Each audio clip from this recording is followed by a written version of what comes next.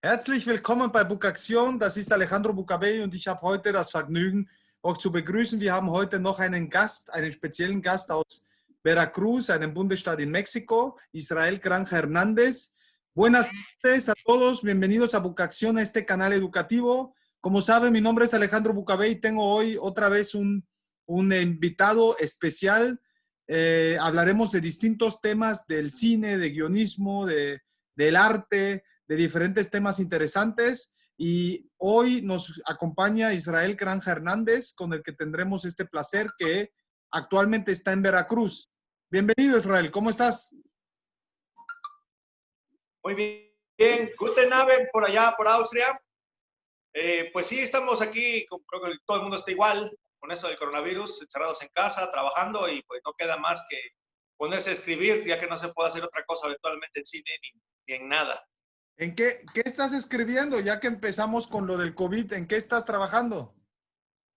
Mira, fíjate de que estoy escribiendo una serie para streaming, que ya tengo hace tiempo con un socio que se llama Armando Urueta, que estamos desarrollando, sobre el tema del fútbol, pero sobre todo es el tema de cómo vivíamos antes el fútbol cuando nos tocó ser niños a nosotros, en el aspecto de cómo unificaba a los barrios, en el sentido de que, bueno, a mí me tocaba jugar los de mi calle contra los de la calle de la vuelta. O a veces nos teníamos que juntar 2, 3 calles para formar un equipo y poder competirle a los de una calle que se llamaba Vespucio, que eran los mejores para jugar. Íbamos a enfrentarlos y teníamos que jugar abajo de las banquetas, en la calle. Y el árbitro era los carros que pasaban. Cada vez que pasaba un carro había que detener el partido, ¿no? Y pues el partido duraba 10 horas, o sea, todo el día jugar y a ver quién metía el gol y se volvía el héroe de la calle, ¿no? Y lo clásico también, puedes ir perdiendo 10-0, pero al final alguien dice, mete gol, gana, y ¡pum! Si lo metías, aunque fueras perdiendo, ganabas, ¿no? Ese tipo de cosas, ¿no? Y también uno que se giraba alrededor, por ejemplo, el clásico que iba perdiendo, pero como era el dueño del balón, se metía a su casa y ya no, hasta ahí. O el gordito que afuera había que poner la portería porque no había de otra. Y mejor aún, las novias, o sea, los que por tener que enamorar a una chava jugaban un partidazo que en realidad quisiera con otro, o el que jugaba mal, pero cuando venía la chava que le gustaba se volvía un crack y metía 4 o 5 goles. Y todo esto nos da pauta también para hablar de superación personal, lo de cómo se superan los jóvenes a través de la competencia, no necesariamente tiene que ser el fútbol. Lo que queremos enseñar es, al final de cuentas, es universal para cualquier deporte, y no solamente cualquier deporte, hubiera funcionado también con la actuación. Sin embargo, la ventaja del fútbol es que, pues en Austria creo que también les encanta el fútbol, y en Alemania, y en Japón, y siempre sencillamente, siendo una serie de habla hispana, ¿cuántos países de habla hispana son locos del fútbol? Muchísimos, estaríamos Pues todos, accesando ¿no? a billones de personas. Sí. Y algún subtitulaje en otro idioma se nos abren los mercados fáciles. Entonces, esa es precisamente la idea, y estamos bastante avanzados, vamos ya en un guión 6, tenemos que sacar 10 y pues, aquí estamos en esto, Genial. dándole también con eso del COVID. Pues genial cómo utilizas tu tiempo, y ojalá podamos apoyar y después con la producción y ver los resultados ahí, no solo en México, sino como tu película anterior, un cortometraje. Psiconautas, sí. ¿Cómo? Psiconautas. Sí, Los Psiconautas, que también estuvo en bastantes festivales, ¿no? 33 o algo así. 33 más o menos, sí, en México y en el extranjero son festivales independientes. Desgraciadamente también el mercado es un poco discriminativo, y sí se notan que siempre hay ciertas preferencias, ¿no? Sí. Simple y sencillamente tú puedes tener un buen producto, pero si en otro producto no tan bueno va un actor y le va a dar la posibilidad al festival de que ese actor famoso vaya a estar presente y provoque que se compren entradas para el festival, Sí, y por claro. ciertos festivales caros que tienen que sacar también su Sí. presupuesto, pues obvio que van a darle selección oficial a esas películas primero, ¿no? Ahora, Y pues también, desgraciadamente, aquí en México sí, siempre se ha hablado de una cuota en cuanto a que hay que darle cierto número de selecciones oficiales a ciertas escuelas de cine. Y cuando ves las exhibiciones dices, pues, no, o sea, ni siquiera tuvieron que haber sido seleccionados y muchas veces están peleando por los premios, ¿no? sí.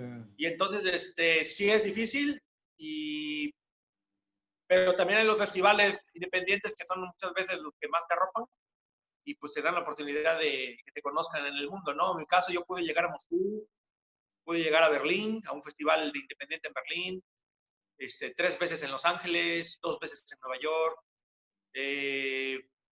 De hecho, descubre uno festivales que se imagina. Por ejemplo, descubrí un festival de cine y música psicodélica, Wow. donde mi película que tocaba el tema de viajes a través de sustancias psicotrópicas, Sí.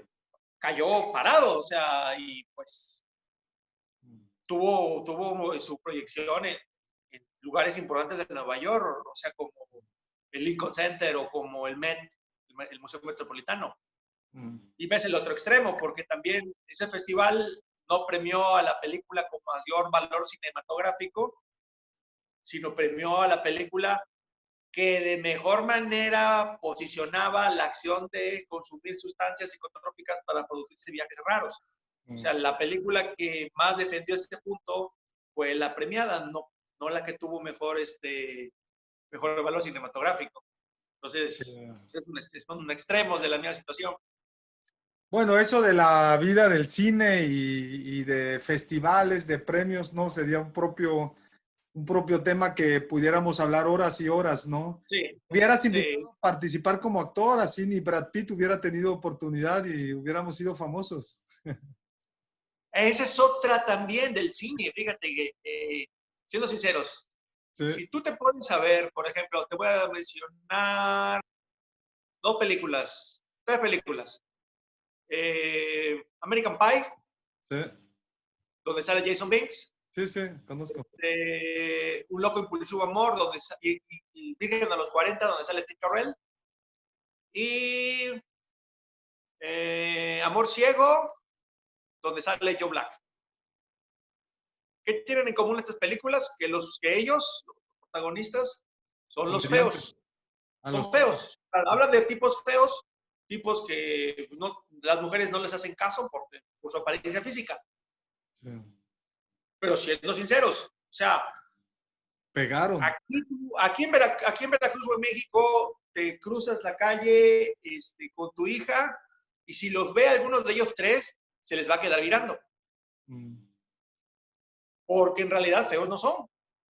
mm, O sea, por ejemplo, Steve Carrell es un tipo de ojos azules, unos 70, barba partida, no es obeso, o sea, está en sus kilos. Joe Black, a pesar de que aunque es obeso, es un tipo simpaticón, no es mal parecido y tiene cierto carisma. Jason Biggs para nada es gordo, o sea, está quizás más tiende más a un físico marcado, y pues si vemos sus rasgos de sus cortes de caras tampoco es feo, pero siempre la hacen de feos, mm, siempre la hacen de fracasados con las mujeres. mm, ¿Por qué? Pues porque uno tiene sí. en la misma película, en el caso de Steve Carell, tiene a Kevin Bacon y tiene al nominado al Oscar por La La Land, que es, recuérdame el nombre, Hopkins. Ryan Gosling. Ryan Gosling. Ryan Gosling, sí. Son galanes de otro nivel, Sí. ¿sí? Por ejemplo, en el caso de Jason Biggs, igual le van a poner galanes de otro nivel. En el caso de él pusieron a este caballero que sale en la película de Mejor Imposible, que la hace de gay. No me acuerdo su nombre. Ah, sí, sí, Y sí, sí. también es un tipo alto, cuero, ojos Sí, sí, sí. azules, y paso. Entonces, están en otra liga. Entonces, el cine es así. O sea, en el cine, los feos, o por lo menos en el cine meramente comercial, quizás si nos metemos a cine de arte, ya estaremos viendo otro tipo de situaciones, ¿no? Y otro tipo de tramas, y otro tipo de búsquedas de la cámara en los personajes, ¿no? Pero en el cine del gran público, los feos no son feos, son menos guapos en realidad. Entonces, nosotros simples mortales, ni idea de que vayamos a hacer un papel de los que ha hecho Steve Carell o de los que ha hecho Jason Bing, desde ahí. De hecho, Tarkovsky una vez comentaba, decía, tiene un montón de frases buenísimas, ¿no? Una de ellas era que el cine es la más pecaminosa de las artes, porque te enseña no solamente lo que debes desear, sino te enseña exactamente cómo quieres desearlo. O sea, la chica que vio Titanic en el año en que se estrenó Titanic, todas las chicas querían en sus 15 años la canción de Titanic. Y van, ¿no? Y el papá les compra el capricho y les pone la canción de Titanic, y si quiere hasta les compra el mismo vestido. Y es más, consigue un salón con escalera para que baje la chica caminando por la escalera y afuera y abajo la espera el chambelán. Y van y lo hacen y lo graban en su VHS, su cámara VHS de aquellos tiempos. Y la chica va muy contenta a verlo, mete el cassette. Y algo no le gusta. Y es que lo que no le gusta es que a la hora que bajó no estaba Leonardo DiCaprio en aquel smoking. Estaba su compañerito de la banca de atrás de la secundaria que tuvo que usar su trajecito de cuando estuvo en la primera comunión. Que también que la cámara la vio en un plano súper general y la fue siguiendo como pudo, cuando en la película la cámara va cortando al ritmo de la música. ¿Sí? Y aparte está grabada a 2 cámaras, porque tú bien sabes que en edición no se puede cortar de un plano de 2 a otro plano de 2 de los mismos sujetos de la animación. Entonces, pues quedó súper machado, ¿no? O el joven que le gustan las artes marciales y le pide a su papá que vaya a grabarlo en el torneo del sábado, porque va con todo y sí llega a la final y ¡pum! Y queda campeón, y cuando llega a su casa a revisar el cassette, no le gusta. No le gusta porque él está, igual que su enemigo, que su rival, con una careta, un peto y unos guantes. Y él lo que quisiera ver sería él desnudo, con el pecho todo mamado y sudado, y su enemigo debería ser uno con ojos rasgados y con los vendados los puños y con vidrios, y peleando en un templo polvoriento alumbrado con antorchas, y alrededor todo el público puro oriental con billetes en las manos gritando cosas ininteligibles, y cuando él le tire la patada de giro y se la pegue, no ve la cámara grabándolo por aquí, la cámara grabándolo por acá, la cámara grabándolo por acá, la cámara grabándolo por atrás, simultáneamente en un montaje así trepidante, ¿no? Y después no ve que su rival caiga en cámara lenta y levanta un montón de polvo. No le gusta. Porque el cine es así, el cine te enseña no nada más qué desear, sino exactamente cómo lo quieres, cómo lo deseas. Y ese siempre es el gran limitante de muchas cosas de las cuales también nos aprovechamos. Porque el trabajo de un director no es crear una historia, no es contar una historia. Eso podemos decir que es trabajo del director. El verdadero trabajo del director es crear la realidad cinematográfica en la que se va a meter el espectador y la va a aceptar esa verisimilitud y va a decir, sí, yo sé que las granadas no se les quita el seguro con los dientes, pero acepto esa convención porque se ve bien, porque me emociona. Y ese es donde entra el verdadero trabajo del director. Que es obvio, ¿no? Todos son cómplices en esa parte, pero la responsabilidad de esa creación, el que es el conejillo de Indias, de sentarse y ver y decir por todos los espectadores que van a llegar a ver el último la película, una sola persona tiene que decidir lo que van a ver y lo que tienen que y suponer lo que van a sentir. Y esa responsabilidad solamente es de uno, del director. Total. Pues me gustan tus ejemplos que nos das, el feo que aparentemente no es tan feo, aunque también pienso que pues es como un arquetipo, ¿no? Que nos gusta, Claro. y más en esta sociedad, en muchas ocasiones superficial, que ni nos damos cuenta que es algo en el subconsciente, que queremos como reírnos, ¿no? De hasta los ejemplos que diste de las películas, ¿no? Virgen con 40, nos reímos, es un tabú. ¿Cómo a los 40 vas a ser virgen? Después Sí. de American Pie, un joven en la pubertad que está nervioso de tener la primera vez sexo. Y la tercera película era la de Joe Black, ¿cómo se llama? ¿Cuál mencionaste? Amor ciego, donde Sí, Gwyneth donde Paltrow es donde las ves por una desgregadas. mórbida. Sí, Exacto, sí, ¿no? sí. Sí. Todas esas son comedias y pues nos gusta, es más fácil hacer una comedia con una persona que no es Brad Pitt, por decirlo, que con el feo, hablando en clichés, ¿no? En arquetipos. Claro. Eh, Sí, pero es que también viene de mucho de los griegos, porque ellos siempre establecieron de que como la comedia tiene que ser la contra de la tragedia siempre los protagonistas eran semidioses o reyes o superhéroes literalmente, porque el término superhéroe en realidad viene de los griegos, ¿no? Que son gente que ya supera el punto heroico, el estrato heroico, porque ya tienen poderes sobrenaturales, como Hércules. Bueno, la tragedia siempre, los griegos nos ponían los héroes perfectos, o sea, siempre eran dechados de virtudes, ¿no? Y siempre le pasaban puras penalidades, ¿no? Entonces, la comedia, en la búsqueda de ser lo contrario, sus protagonistas eran del vulgo, eran del pueblo, por eso también de ahí viene la palabra vulgar, o sea, el despectivo a las comedias. Esas son historias vulgares porque eran del pueblo. Entonces, los héroes, los arquetipos de los héroes de la comedia eran dechados, pero de defectos. Y durante el proceso superaban o no ese defecto. De eso dependía el final. Si él no superaba el defecto, terminaba en derrota.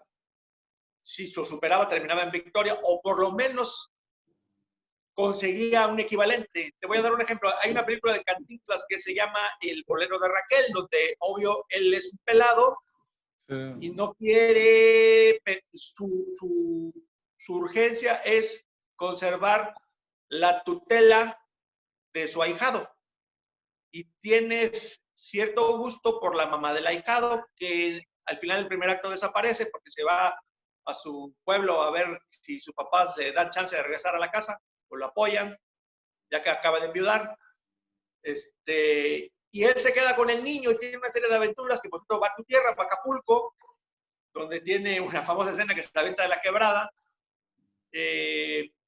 Al final regresa a la Ciudad de México con cierto dinero, con lo cual le puede comprar por fin una pelota al niño, y también donde ve la manera, como ya encontró la manera para quedarse con el niño, y en el momento en que va a comprar la pelota y regresa, aparece la mamá del hijo con un nuevo papá, con un nuevo marido, y se lo lleva. Entonces, tiene su fracaso. Sin embargo, durante el tejimaneje de toda la historia, él conoce a la maestra del muchacho y al final llega la maestra y le confiesa ella a él su amor.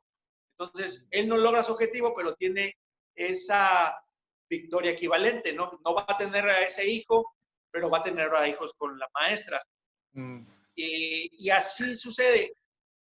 Por ejemplo, también estaba esta otra comedia italiana. ¿Tú recuerdas a Terence Hill y a Bob Spencer? Genios, clásicos, claro. Lo que poco también se sabe es que, bueno, acaban de morir, ¿no? Bud Spencer. Bob Spencer ya tiene un Y par que de era años. campeón de natación. Bueno, Sí, medalla de plata en las Olimpiadas de Roma. Exacto. Y tenía mucho dinero porque él guardó el dinero de todo lo que ganó en películas y compró una aerolínea. Y por otro lado, Terence Hill, que su nombre era Mario, su mamá era alemana. Por eso el pelo y los ojos. y hablaba los dos idiomas. De hecho, él hizo películas tanto en Alemania como en Italia. Sí. Y También los fueron, spaghetti western. empezaron con My Name is Nobody, si no me recuerdo, que acá la tradujeron creo que como Me llaman Trinity. Hicieron 3, si no me recuerdo, fue la de Me siguen llamando Trinity y me siguieron llamando Trinity. Y y de hecho por eso escogieron esos nombres, porque se acostumbraba que para los spaghetti western había que ponerse nombre gringo.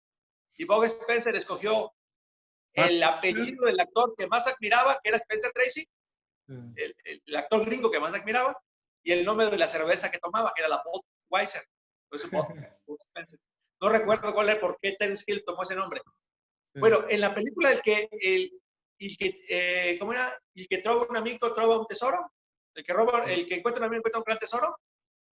Al final se quedan como empezaron, pierden el tesoro, pierden el dinero robado, se habían llevado un ídolo que les habían regalado y también lo dejaron abandonado porque no pensaban que valía y resultaba que el ídolo ese valía más que el dinero por el que estaban perreando.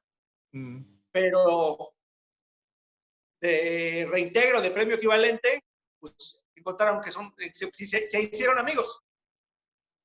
Se quedaron prácticamente igual, pero ahora son amigos. Entonces, siempre hay como la derrota, pero con un reintegrito ahí, un triunfo chiquito, que es muchas veces la lección de la comedia. Y también puedes encontrar lo contrario, o sea, tenemos el caso de la otra comedia que es la vida de Brian. Monty Python, bueno. Monty Python, que es completamente... Me encanta. De hecho, muchos tiene dicen tanta que crítica no es actual. una comedia, que es un drama con tono de comedia. Sí. O una tragedia con tono de comedia, porque normalmente en la comedia el héroe cómico jamás muere. El héroe cómico, en la tragedia el héroe siempre muere o tiene una muerte social, o sea, se vuelve loco, anda de mendigo en la calle. Lo mínimo y peor que le puede pasar es regresar al punto de partida. Por ejemplo, si empezó como zapatero en su pueblo, regresa a ser zapatero en su pueblo, pero ahora todos lo señalan con el dedo por fracasado. Y en la comedia no, en la comedia invariablemente siempre tiene que vivir. A lo mejor le puede pasar un escarmiento social o puede perder un dedo o algo, pero tiene que quedar vivo, porque su peor castigo es ver lo que perdió. Entonces, pero la vida de Brian se muere.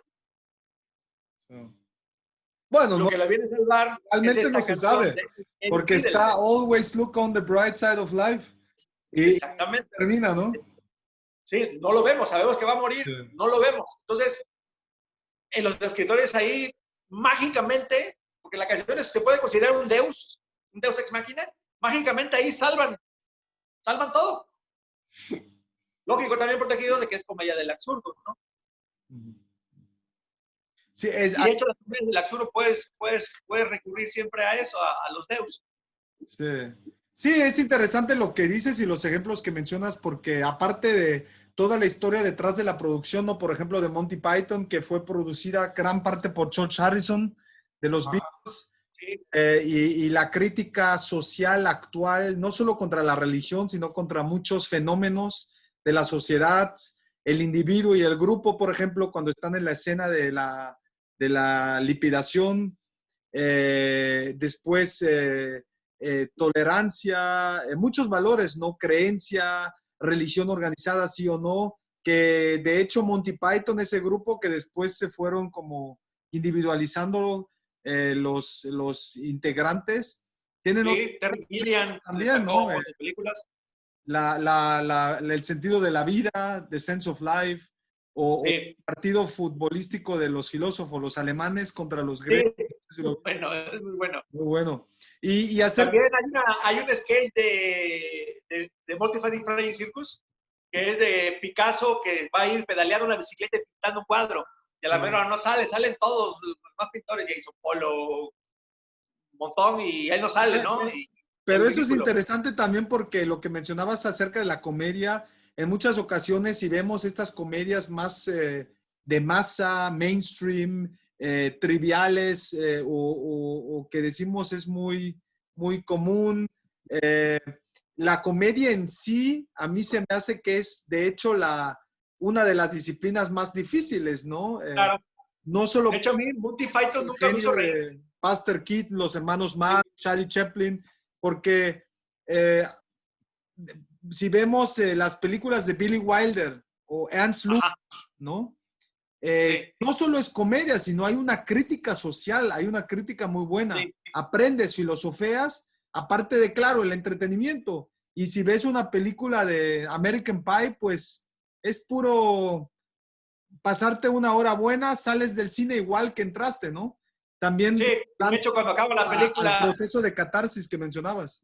¿Qué? cuando acaba la película American Pie, lo primero que dices es, ¿y ahora dónde vamos a cenar? Sí, sí. Y pues no. Ay, En que cambio, de dices, Monty Python, por ejemplo, a mí Monty Python nunca me hizo reír, ¿eh? Jamás me reí con Monty Python, pero siempre me hizo pensar. sí. Y entonces, cuando acababa la ¿No película, te yo hizo decía, reír Monty Python? ¿qué pasó? ¿No te ¿Y hizo cómo? reír Monty Python? Jamás me hizo reír porque siempre ¿En me dejó serio? pensando. Es que Siempre me también, dejó pensando. pero ¿Qué es es un más humor, importante? pero eso es lo padre porque es un Sí, inglés británico sí, negro, a mí me encanta, ¿no? sí, Pero eso sí, de sí. pensar también, porque de hecho Milan Kundera, creo que es él el escritor, o Nietzsche, que escribía, y Freud incluso, ¿no? De Lacan también, de la risa, el pensar, la vinculación, Claro. eh, el Darío Fo también, el con su... humor es tan importante, ¿no? En muchos sentidos, más allá de solo reírte, ¿no? ¿Por qué nos reímos? ¿No? Claro, además, muchas veces ofende más la risa que el insulto. Por ejemplo, yo tenía un caso cuando yo daba clases, tenía un alumno que se hizo la permanente en el cabello. Y entonces él pasó por el pasillo y todo el mundo estaba burlando de él, de maricón no lo bajaban y un montón de cosas. Cuando yo lo veo me sorprendo y le digo, y ya le iba a decir yo, ¿qué te pasó? Cuando él me dijo, no, no, no, ya no me diga nada, ya sé que me veo como marica. Entonces le digo yo, no, pues nada más te ves un poco mayativo. Y todo el salón se rió. Pues conmigo sí se molestó. Con todos los que le estuvieron diciendo de cosas, no se molestó, pero conmigo sí, porque yo hice reír a todo mundo. Y Sí. eso le hiere más. Hubo un caso en Chile. Había, no recuerdo el nombre, de unos comediantes que siempre sacaban películas contra el gobierno de Pinochet. Y siempre sacaban, siempre tiraban al gobierno. Como pudieron, nunca les vetaron una película. La primera película que les vetan es una película que hacen sobre Salvador Allende, en el cual Salvador Allende hace exactamente todo lo que el gobierno de Pinochet había inventado que había hecho. Incluso hay una escena donde Salvador Allende sale corriendo, el actor que lo interpreta sale corriendo con una maleta llena de dinero, que le sale el dinero por todos lados y tiene hasta un hoyo y se levanta y le dan los billetes por ahí. Esas sí se las vetaron. Esa que plasmaba exactamente lo que decía el gobierno y demostraba que era una estupidez y una ridiculez lo que le estaban diciendo a Salvador Allende, esas sí se las vetaron. ¿Por qué? Porque la comedia puede más, te puede ir más. Sí, Por tú, eso la ¿no? comedia es lo más difícil. Y sí, si vemos las obras de las que mencioné o los directores, es un arte hacerte reír y hacerte pensar, mientras la tragedia en muchas ocasiones pues pasa algo, bueno, que no lo quiero disminuir su importancia, ¿no? Pero a mí personalmente, y también después que podemos hablar de guiones, se me hace más, hay más trabajo para mí, ¿no? Es más, no solo para el director, sino... Eh, si quieres tomar esos dos elementos, para mí personalmente es como más complejo. Aparte, lo que mencionabas de la comedia es interesante, ¿no? Porque claro, tenemos esa visión eurocéntrica, viene de los griegos, que sí, ¿no? Está vinculado a la religión, estaba vinculada con otras artes, con la música, con el recitar, con la divinidad y todo eso, y que como con Dante Alighieri, la comedia no solo, después sí era la comedia, de reírte, etcétera, ¿no? Pero Sí, una tragedia también era una comedia, era simplemente una pieza, sí, porque a la Divina Comedia después le agregaron el adjetivo divina, pero era una sí. comedia. Sí, Y él toma esa decisión debido a que como su personaje protagónico, no, aunque moría ganaba al final, no tenía una derrota. Entonces, no, pues tiene que ser una comedia porque tragedia no es, pero pues en realidad tampoco es comedia, ¿no? Como Sí. en el sentido humorístico de la palabra, ¿no? Veo que ahorita está Ingmar Bergman atrás de ti, están varios directores, varias películas, también tu gorra, Star Wars, abajo tienes las de Hitchcock, ¿no? James Stewart y Kim Novak. Sí. Sí, grandes referencias al cine. Es Kelly. Muy buena idea Orson Welles. de Orson Welles, muy buena idea de tener eso en tu pantalla. Sí. Igual haciendo la del feo. Los clásicos. John Wayne. Esta Parece un name dropping de la historia del cine, pero ya había Cantinflas, Charlie Chaplin, sí, hay varios. Quiero mi fume. Ahí Hitchcock, sí, genial. Bueno, para contarles, nosotros nos conocimos creo en 2015 en Veracruz, en el bueno, daban talleres, cursos, capacitaciones, ahora ni sé el significado de CIBEF, pero... El CIBEF es Centro Iberoamericano de Estudios de Foto y Cine, aunque nunca le encontré la C al final de la abreviatura, ¿no? Exacto. Y ahí nos conocimos en un taller de... ¿Cómo? Te quería hablar de una foto en particular, es histórica de esta película. Sí. No sé si ubicas cuál es. Voy a sacar un poco. Bueno, es John Wayne, el otro no lo veo, de acá. Te lo voy a sacar.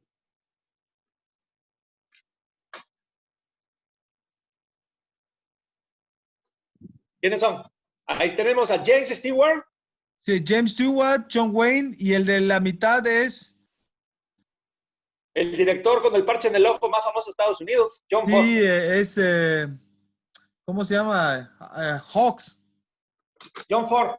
No, perdón, John Ford. Sí, no es Howard Hawks, es John Ford. Sí.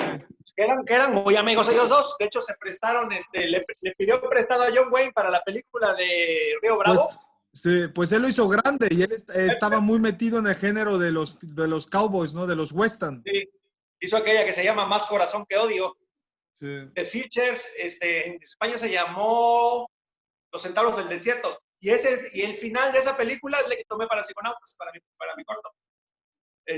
Bueno, esta película es importantísima porque es la única película donde estuvieron John Ford, John Wayne y James Stewart.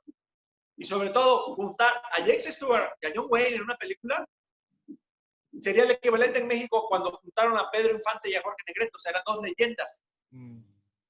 Pero a diferencia de estos, de Jorge Negrete y Pedro Infante, que eran, al final de cuentas, lo mismo, eran charros, aquí no. Aquí James Stewart siempre protagonizaba aquel hombre intachable, aquel hombre americano que debía ver que era el que ahora tenía que tomar la estafeta después de la Segunda Guerra Mundial, guerra en la que perdió ese ojo John Ford cuando filmó el documental de la batalla de Midway y un cero japonés voló bajo, tiró metralla y le entró una esquirla en el ojo. Y es la manera como John Wayne les dice, no, ya tenemos que dejar de...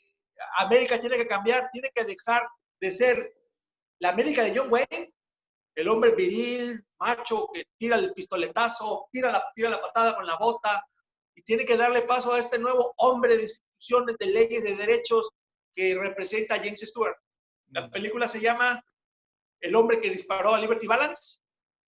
Y aparte de ellos dos, de villanos, sí, sin querer y adelantado su tiempo, junta a los dos villanos de vaqueros más importantes de ese momento y del periodo que seguiría, que es Lee Marvin, el papel de Liberty Balance, y a Lee Van Cleef, que en ese momento pues, hacía papeles secundarios, pero que llegaría a ser el malo, el bueno, el malo y el feo, de Sergio Leone, que sería considerada en su momento pues, la película de vaqueros más importante de la historia en cuanto a su logro cinematográfico. Y todo está en esta película de John Ford, que tiene uno de los argumentos más preciosos y más impecables, uno de los guiones mejor logrados para mí. Es de finales de los 50, ¿no? Sí, es como de los 50, 60. Sí, por ahí. La protagonista femenina es Vera Miles, que es la misma mujer que en la película Psicosis de Alfred Hitchcock es la hermana de la mujer asesinada y que toma el protagónico femenino a la mitad de la película hasta el final, de esa locura que hizo Hitchcock de matar a la protagonista antes de la mitad de la película.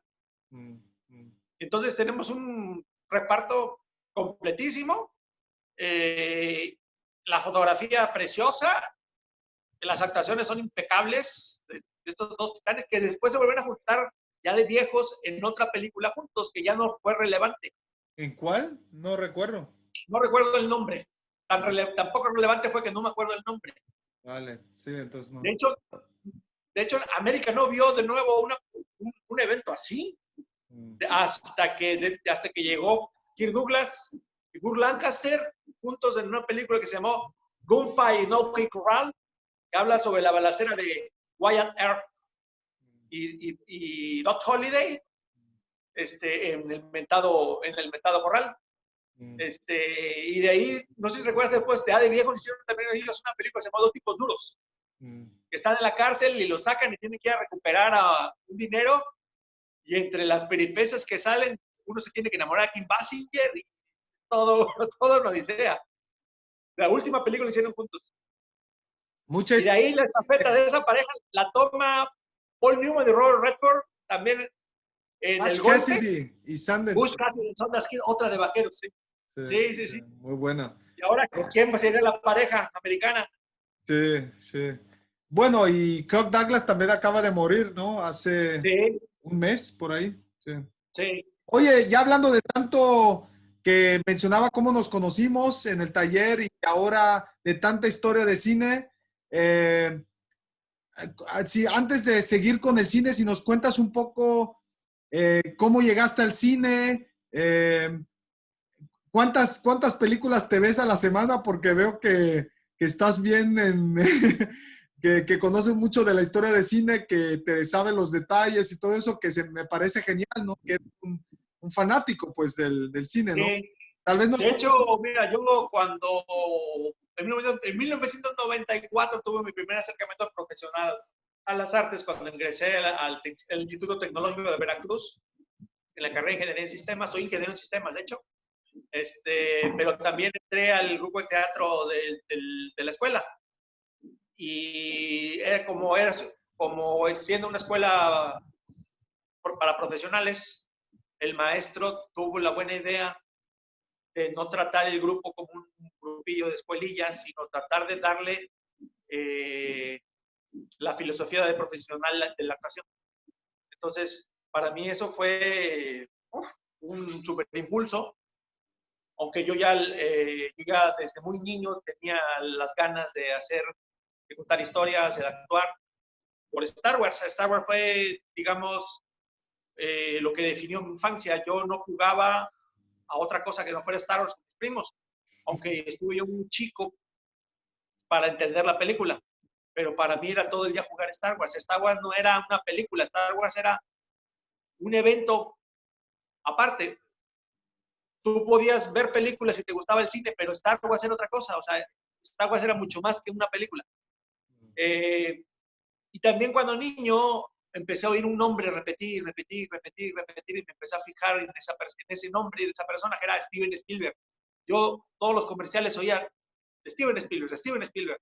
Entonces empecé a fijarme que Steven Spielberg estaba relacionado con todas las películas que me habían gustado antes y me empecé a volver fanático de sus películas y a tratar de seguirlo y escuchar sus entrevistas. Y en una de sus entrevistas él comentó que cuando él quisiera ser grande, quisiera ser como John Ford. Entonces empecé a ver películas de Ford. También lo oí diciendo que para él el más grande director había sido Akira Kurosawa. Y entonces busqué películas de Kurosawa y la primera que encuentro es Los Siete Samuráis. Y es mi película favorita. Yo, de hecho, todas las Navidades, todos los 24 de diciembre, me pongo a ver Los Siete Samuráis en lo que está la cena. Ya es una tradición para mí y si puedo... Pues es larga la película, ¿eh? Sí, pero pues tú sabes que es el día que cenas más tarde, ¿no? Y hay que esperar a que lleguen todos para cenar. Cierto, entonces, es perfecta para eso. Y el día 25 me pongo la trilogía original de la Guerra de las Galaxias, porque yo era lo que hacía de niño, abría los regalos y había muñequitos. Ya no me tengo muñequitos, pero pues, por lo menos veo las 3 películas. Entonces, Los Siete Samuráis se volvió para mí mi base. De hecho, procuro que en todo lo que escribo haya un guiño a Los Siete Samuráis. Trato de copiar una escena de los Siete Samuráis y no soy el único que lo hace. Muchos directores de todo el mundo lo hacen. Lo hace Paul Verhoeven, lo hizo el mismo Sergio Leone, se fusiló todo Yojimbo para hacer un puñado de dólares. Pues de ahí vienen los spaghetti western, ¿no? También de esa Sí, influencia. sí. Porque si ves George Miller, Rashomon, Yojimbo, Kagemusha, sí. hasta la de Van Gogh que hizo al final, ¿no? Tuvo mucha influencia, ¿no? Para mí mi favorita de Kurosawa, aparte de que escribió un libro excelente, no sé si leíste el libro de Kurosawa. Sí, es algo así como algo como mi autobiografía, se llama, creo, ¿no? Sí. Lo estaba buscando, no lo he encontrado. Creo que en España nada más lo venden ya. Porque a mí mi película favorita no son los Siete Samurai, todas esas se me hacen genial, pero es la de Dersu Usala. Ah, sí, cómo no. Esa además la filmó el año que yo nací. Wow, ok. Sí, el año que yo nací. Y es la primera vez. O sea, para los que nos estén viendo y duden si verlo o no, se las voy a poner así. ¿Qué necesitan Estados Unidos ver en pantalla para decidir darle el Oscar a mejor película extranjera a la Unión Soviética en plena guerra de Vietnam? ¿Qué pedazo de película necesitas ver en pantalla para hacer que los gringos le den el Oscar a los soviéticos? Y pues aparte tiene tanto que para interpretar, para reflexionar, mucho material, ¿no? Es una peliculaza. Es otra historia universal como los Siete Samuráis. O sea, no importa qué país la pongas, no importa en qué momento la pongas, esa historia de amistad es universal, va a trascender el tiempo, va a trascender el idioma, va a trascender las fronteras. Lamentablemente muy poco conocida la película, así. Muy poco doblada a otros idiomas. Pero Der Susana en muchas ocasiones no la han visto. Solo como los connoisseurs del cine, ¿no? Bueno, acá en la Ciudad de México, decía mi socio, Armando Roeta, que él la conoció porque la Embajada de la Unión Soviética en México la estuvo pasando subtitulada al español. En el 75. La película es del 75. Sí. Ahí sí, fue en premiada el en el 75 76, se llevó el Oscar. pasaba ¿Cómo? en el No, 75. ella la vio después, ya la vio por los 80, me decía. Ah, ok. La pasó la Embajada. Fue cuando Sí, fue la primera película de Kurosawa que también vio él. sí, pues sí. Y te decía antes de que me de plática, ¿recuerdas Max Fury Road de George Miller? Sí. George Miller, Bueno, otro gran director. él también copia y pega toda una escena de los Siete Samuráis en Max Fury Road.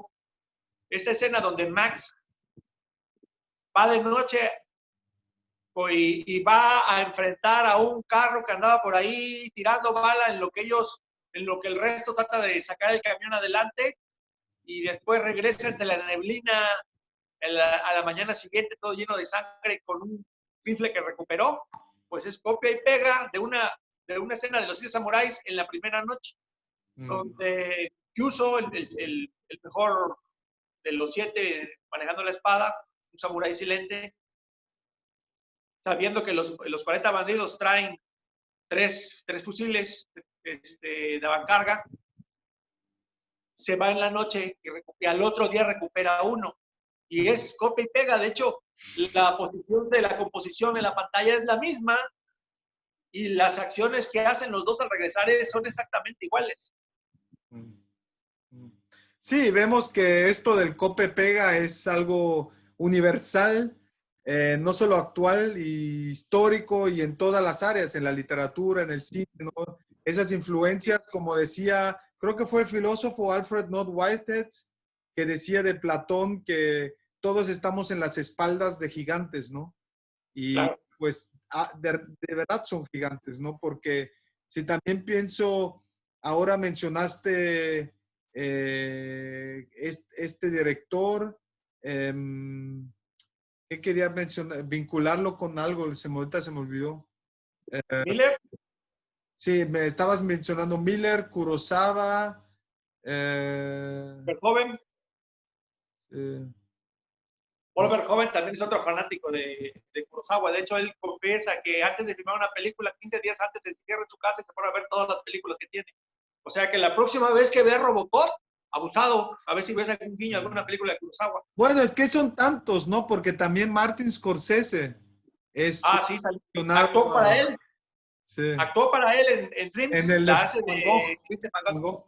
Sí. Sí, Otro gran personaje, ¿no? Pues sí, sí, y de él aprecio mucho también su labor cinematográfico, de guardar, bueno, su interés por la historia del cine, hace mucho con Cinematecas, Scorsese, y lo que sí. quería primero mencionar también la influencia en Kurosawa de Shakespeare, Ah, también sí. interesante, King Lear, Macbeth, Hamlet y todas esas tragedias de Shakespeare que pues vienen claro a través de el Renacimiento y todo eso de la antigüedad, ¿no? Y que él en una forma pues también las utiliza, ¿no? Esas historias de los tres hermanos, los tres reyes, el papá se muere y divide el imperio entre los tres, cuatro hermanos, todo eso, ¿no? Es también muy shakespeariano. De hecho, Kurosawa es también el director que nos muestra que Shakespeare puede ser también una gran película para Halloween, con Trono de Sangre. O sea, porque tú ves Macbeth y pues es Macbeth y muy buena y todo, pero cuando ves Trono de Sangre y la ves de noche y la ves en Día de Muertos, te das cuenta de la verdadera intención, porque cuando Shakespeare la puso cura lo que pues, la gente tuvo miedo, pero cuando la retoma Kurosawa ese miedo se vuelve actual. O sea, ese suspenso, ese miedo, ese misterio, genial. Y aparte, esta película influencia a Alfred Hitchcock para pájaros. Sí. Es muy buena también. Birds, ¿es la música de Greg Perlman o cómo se llama la música de Birds? Ya ni me acuerdo. Tengo de hecho la película. Em, sí. No, deberíamos hacer ahí, a ver, la música de quién. Sí, lo que voy a ver. A Acá ver. los fanáticos del cine, para todos los que nos estarán viendo, escuchando, la importancia de este intercambio. Y de hecho me surge la idea de tal vez hacer como sesiones, una hora hablando de Hitchcock, una hora hablando de James Stewart, una hora hablando de una película en particular, una hora hablando de un género, film noir, cine de aventuras, cine erótico, cine pornográfico, etcétera, etcétera. ¿No? Sería interesante porque tendríamos más tiempo para profundizar no solo en la historia, sino en los elementos de cada género o en las contribuciones de cada artista, de cada actor, de cada director, de cada guionismo, ¿no? Bernard Herrmann es el músico. Anna Thurman, sí, perdón, sí. Sí. También Y por muy cierto, importante aquí lo que labor y destaca, cooperó mucho con Hitchcock. ¿Cómo? aquí lo que destaca principalmente mencionar es que en estas películas, sobre todo cuando actuaba ella, Tippi Hedren, o cuando actuaba Kim Nova, o cuando actuaba Grace Kelly,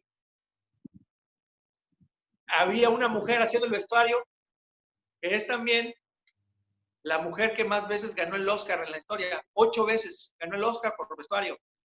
Y en ella está basada el personaje de la caricatura de Los Increíbles, Edna Modas. Su nombre era Edith Head. De Sí. hecho, voy a ver si encontramos su foto de la que Sí. era muy parecida, le copiaron los lentes y corte de cabello. Pues sí, acá vemos que así hablábamos del taller de guionismo, de historia de cine, de tantas influencias que tenemos y que podemos también pues involucrar en nuestro propio trabajo creativo, ¿no? Que Israel Sí, y yo escribimos guiones como hacemos cine, entre otras cosas, ¿no? Porque pues yo me he estado desarrollando ahora más en otras áreas, cultura, música, y pues él está muy metido y pues a ver qué nos va a enseñar ahora. aquí está ella, Edith Heath, sí, sí. la verdadera Edna Moda. También muy famosa. No por el nombre, Sí, pero ha tenido influencia. de hecho, no Pues hace mucho, tendrá como 2 años, sí, vino a la Ciudad de México la expo de Hitchcock en la Cineteca Nacional y vinieron los vestuarios de ella. ¿Fuiste a la Ciudad de México? En la Ciudad de México, en la Cineteca Nacional, sí. Genial ese lugar en Coyoacán. En Coyoacán, y aparte ahí frente al Cubo, que es como una fuente que está ahí, hacen unos tacos de cochinita pibil con frijoles y salsa que están, te lo recomiendo, en la Entonces Chicha. la pasaste bien, ¿no? Ahí. A la Cineteca vayan a la Chicha y piden esos tacos, son buenísimos. Hablando de festivales y porque primero también mencionaste y existen tantos festivales, uno no se imagina hasta en qué área, en qué lugar, etcétera. Sí. Yo pude trabajar en bastantes, ya solo en Innsbruck, por ejemplo, que hay como 6, 8 festivales en una ciudad pequeña de 100,000 habitantes. Es increíble la adicción al cine, a este arte que nos une también para después hablar sobre el cine, ¿no? Y te quería preguntar, porque yo tengo un récord personal, cuando estaba trabajando en Grecia, trabajé en la Cinemateca de Grecia en Atenas, en el Festival de Atenas también de cine, y en Tesaloniki, que es la segunda ciudad más grande de Grecia después de Atenas en el norte. Y ahí estuve en una ocasión, cuando no trabajé ahí, en 2009, 10 días tardaba el festival y pues me la pasé viendo cine, ¿no? Y tengo un récord que obvio fue demasiado cine, pero pues me nutría, veía, hablaba, etcétera, y me la pasaba todo el día ahí con algo que me apasiona, ¿no? Y hoy obvio ya no veo tanto cine, ¿no? Había también masterclasses estuvo Werner Herzog, estuvo Eugenio Caballero, estuvo Emir Kusturica, estuvo Francis Ford Coppola, que los conocí, tuve el privilegio de conocerlos, ¿no? Y porque de hecho Kusturica quería hacer una película sobre Pancho Villa, ¿no? Con Javier Bardem, Penélope Cruz, Johnny Depp, que ahora pues está en stand-by. Y me chuté en 10 días. ¿Cuántas películas crees que puedo ver en 10 días? ¿100? No, 70. 70. Ah, yo dije 10 por día, dije yo. 7 al día, no, pero imagínate una tarde en promedio 2 horas o más, ya llevas como 18 horas y dormir, pues, ¿no? Me iba a la casa, comía, Ya desayunaba no aguantas al otro día, sí.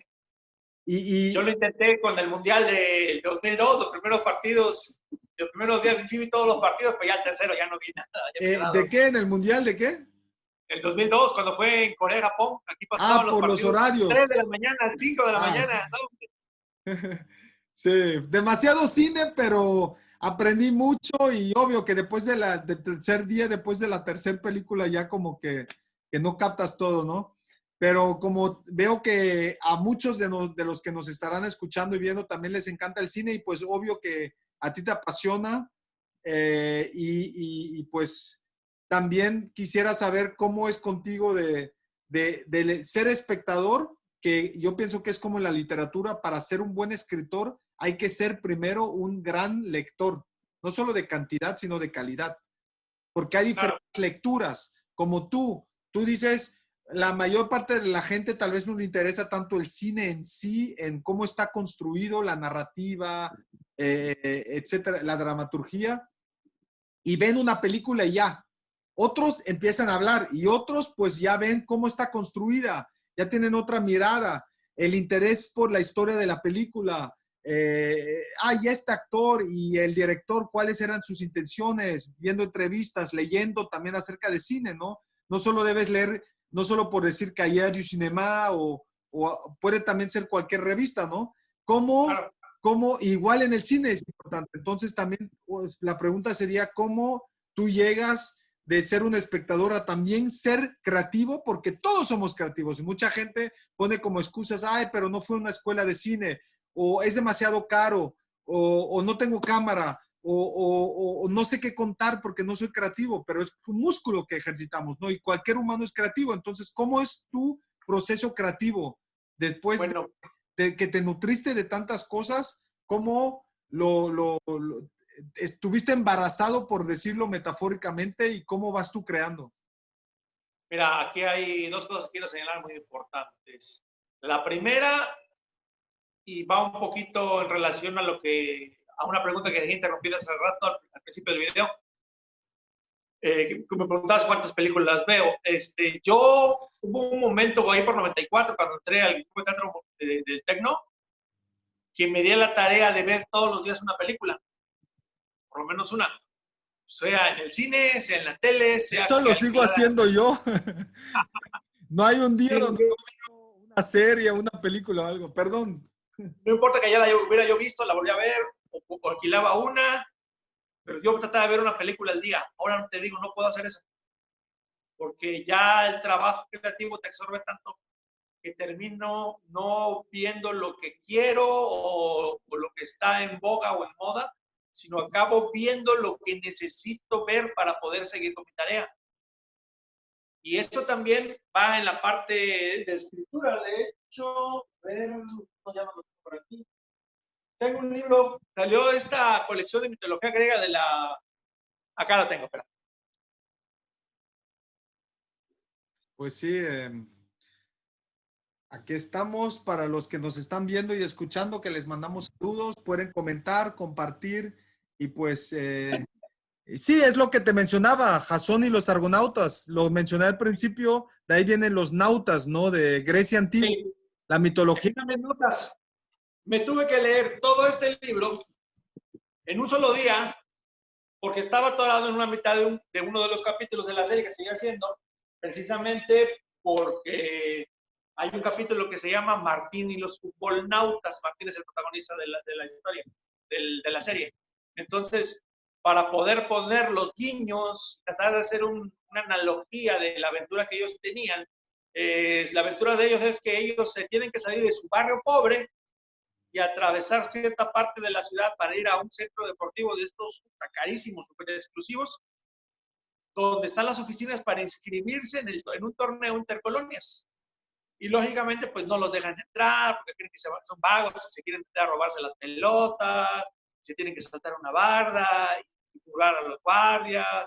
Y aparte ahí se encuentran a sus enemigos que también entrenan en ese deportivo. Y toda esa aventura que te la cuentas así muy normal, yo le tenía que hacer que recordara a Jasón de los Argonautas.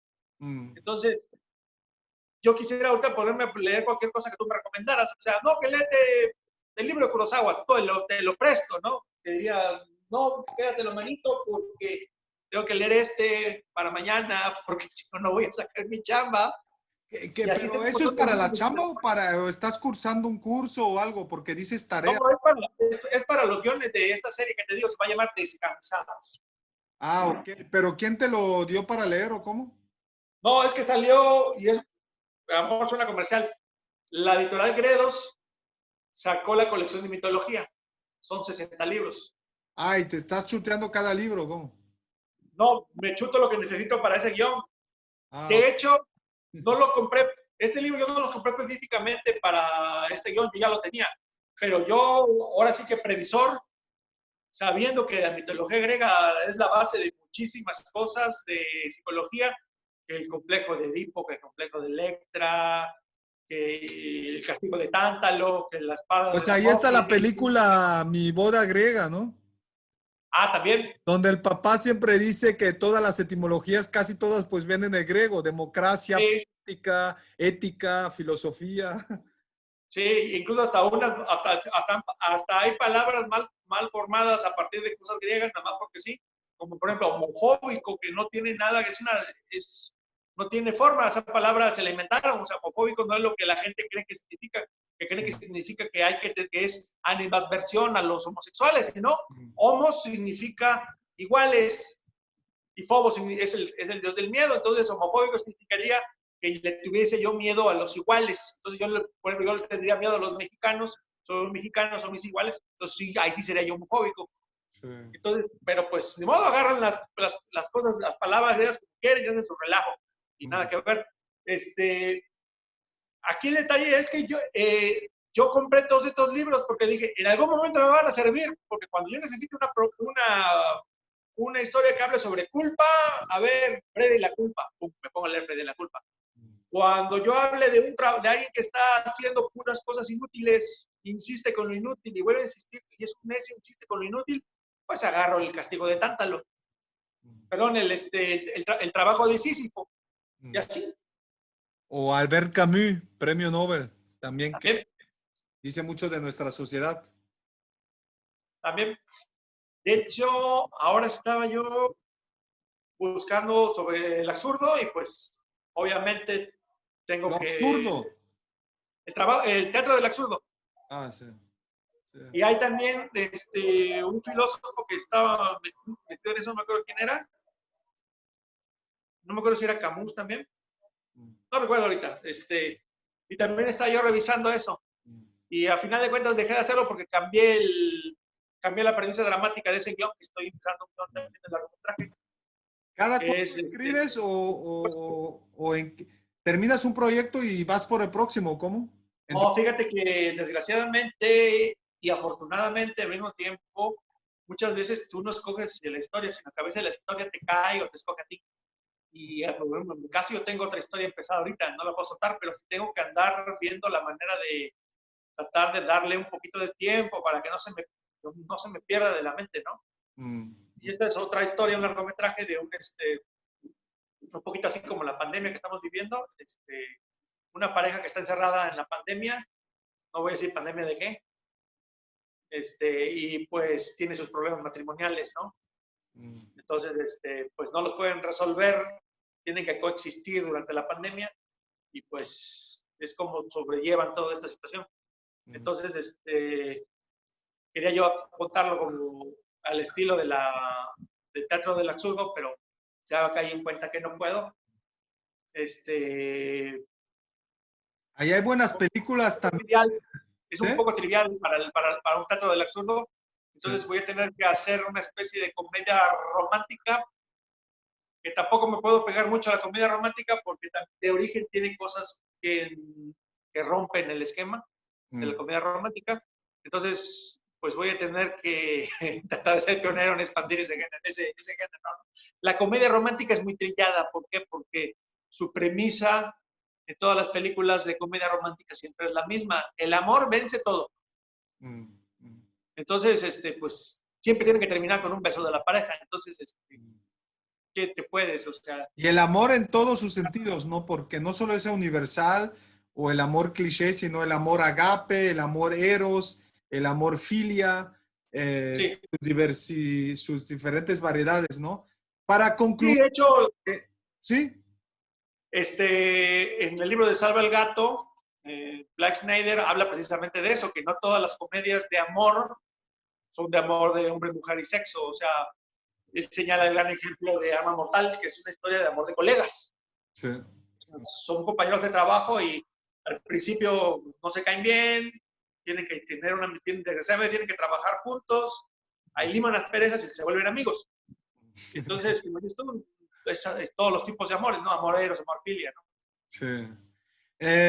Porque creo que deberíamos ver la posibilidad después de tal vez tomar, como mencionaba, una película y hablar en otra ocasión un director, etcétera, ¿no? Pudiéramos, no sé qué, estaría interesante abarcar toda la historia del cine, por decir, ¿no?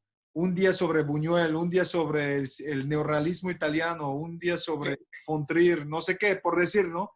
Pero Sí. para ir concluyendo esto, serían dos preguntas que te tengo, aparte si quieres agregar algo más. Sí. Hablamos de muchas cosas, muchos elementos.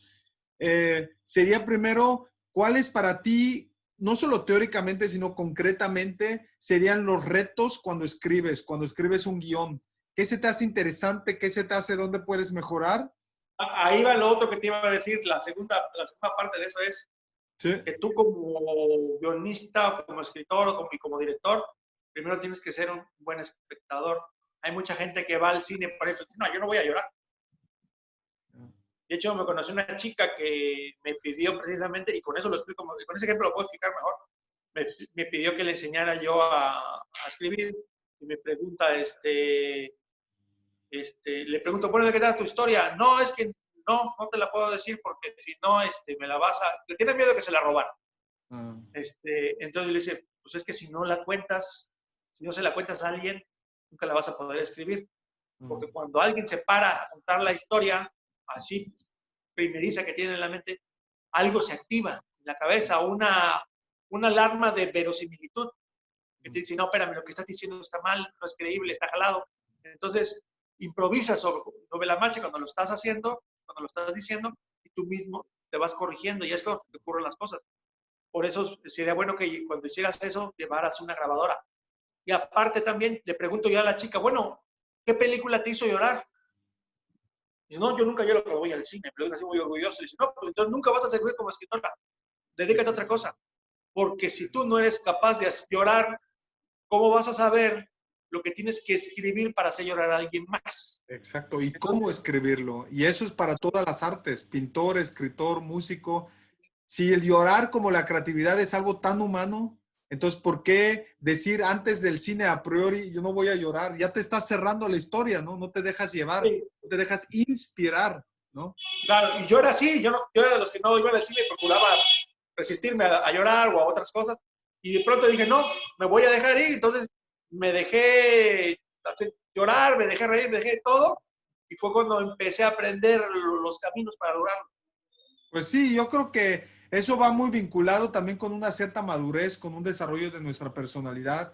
Quitarnos, sobre todo en México, existen muchos de esos machismos, esos estereotipos falsos de nosotros mismos que nos creemos y de hecho interiorizamos y muchas veces lo reproducimos, ¿no? Ese condicionamiento social y liberarnos de eso para ser más, vivir las emociones, permitirnos, porque pues en el arte también, en alemán existe para expresar, existe un término, el verbo es ausdrücken, o ausdrucken más bien. Y eso significa expresar, quiere decir lo sacas, lo expresas, ¿no? Que viene del latín finalmente, ¿no? Y eso es muy importante como persona y más como artista o persona que está dedicado al guionismo, etcétera, ¿no? Entonces, si quieres agregarle más esa pregunta de los guiones y después otra sería nosotros nos encontramos en el taller de guionismo. ¿Qué le recomendarías si hay alguien acá que nos esté viendo y le interesa no solo el cine, sino también empezar a escribir su guión? No Bueno, importa mira, que ahí tenga, hay un detalle muy importante. Es que mucha gente tiene la idea errada de, por ejemplo, ir a cursos de guionismo o agarrar libros de guionismo. Y que acabando los cursos o acabando que los ya vas a libros, ser guionista. van a ser, sí y no. O sea, para mí estudiar el guión es como ir a la carrera, pero no fuiste a la primaria y no fuiste a la secundaria, no fuiste a la prepa. Lo que tiene que aprender la gente primero es a narrar.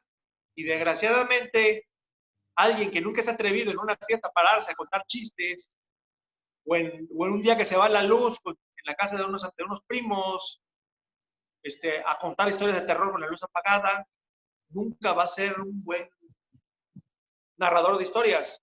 Entonces tú te tienes que parar a narrar, a contar. O sea, tú tienes que primero que aprender a narrar de manera oral, luego a narrar de manera escrita. Y como esto es cine, también vas a tener que aprender a narrar con fotos. O sea, toma fotos, haz una fotonovela. Que no la vea nadie, que nada más la veas tú. Pero aprende a narrar con fotos, con foto fija. Entonces, ya después te pones a leer y a ir a cursos de guión. Y ahora, también recuerden que los cursos de guión que duran 3, 4 meses, si quieres, el más grande, pues también recuerda que los que estudian guión, como que salen con una licenciatura, estudian años. Y después hacen una especialidad que también dura años. Entonces, pues no es, como siempre en México, en Chile me está gorda. Entonces, no es nada más así. Y el gran problema, repito, no es dónde estudias, cómo estudias, ni cuánto ganas le echas al estudio de guión. No, es con qué llegas ese día, el primer día de clases de guión. O sea, ¿ya lo intentaste? ¿Ya escribiste algo? Aunque sea mal, ¿no? Y hasta eso, mucha gente también escribe, porque están los famosos fanfiction, y muchos lo lees y dices, pues, no. Hay que aprender a recibir la crítica, buena y mala. A veces la mala te sirve mejor. Por ejemplo, yo como actor siempre preferí ir a dar funciones a la cárcel que ir a dar funciones a un lugar donde hubiera estudiantes de teatro, por ejemplo.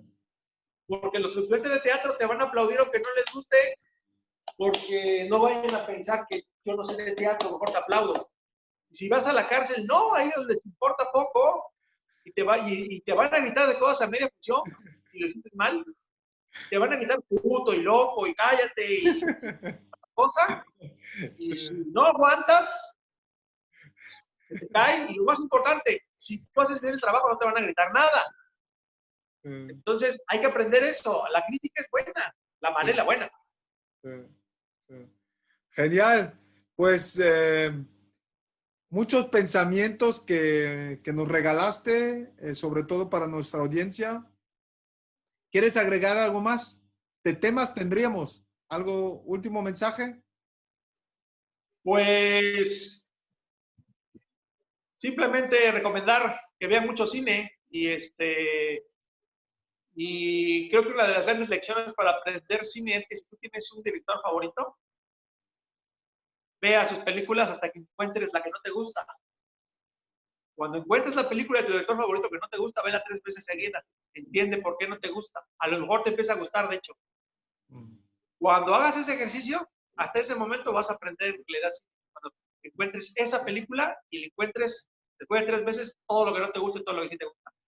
Esa es la mejor lección que te puedes llevar para este fin de semana para aprender.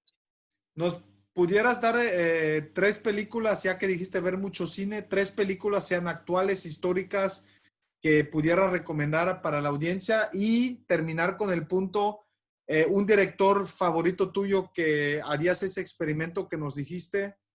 Bueno, ya como ya he comentado, Películas. Akira Kurosawa y Spielberg son como mis directores de cabecera.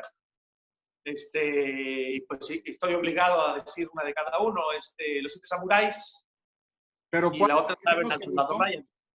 ¿Cuál? ¿Cuál es la que Las menos que te sí me gustó? gustaron, sí, las que recomendaría para que aprendieran cine serían esas dos de ellos.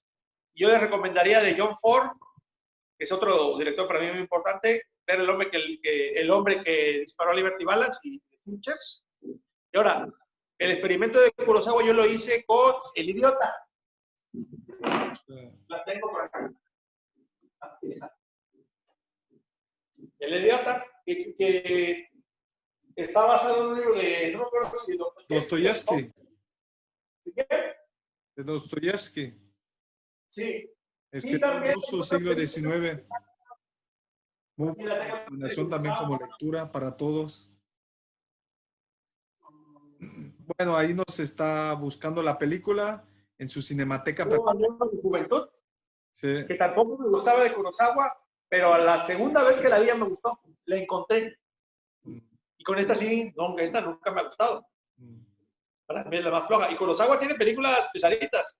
Por ejemplo, tiene una película que se llama Los canallas duermen en paz, que a muchos no les gusta porque es literal, o sea, te marca un arco donde el protagonista puede lograr una venganza y no lo logra. Es anticlimático. Pero es que si no, no se puede llamar los canallas duermen en paz. Por el lado contrario, hay una película muy sencilla de Kurosawa, uno de los nombres más chidos que he escuchado. Es esta. Los hombres que caminan sobre la cola del tigre. Dura 1 hora. En los estándares de Kurosawa, hacer una película de 1 hora es un comercial, un videoclip. O sea, a Kurosawa le valía poco las restricciones de tiempo en pantalla. Y es, creo que fue también preciosa, que me recomendó mucho ver. Y de Spielberg, la que deben ver, que no me gusta y que a nadie le gustó, es 1941, con Dan Aykroyd y King Belushi. Y ahí ves, es una gran película en su hechura, en su manufactura, pero no hace reír a nadie. O sea, Spielberg no era bueno para la comedia.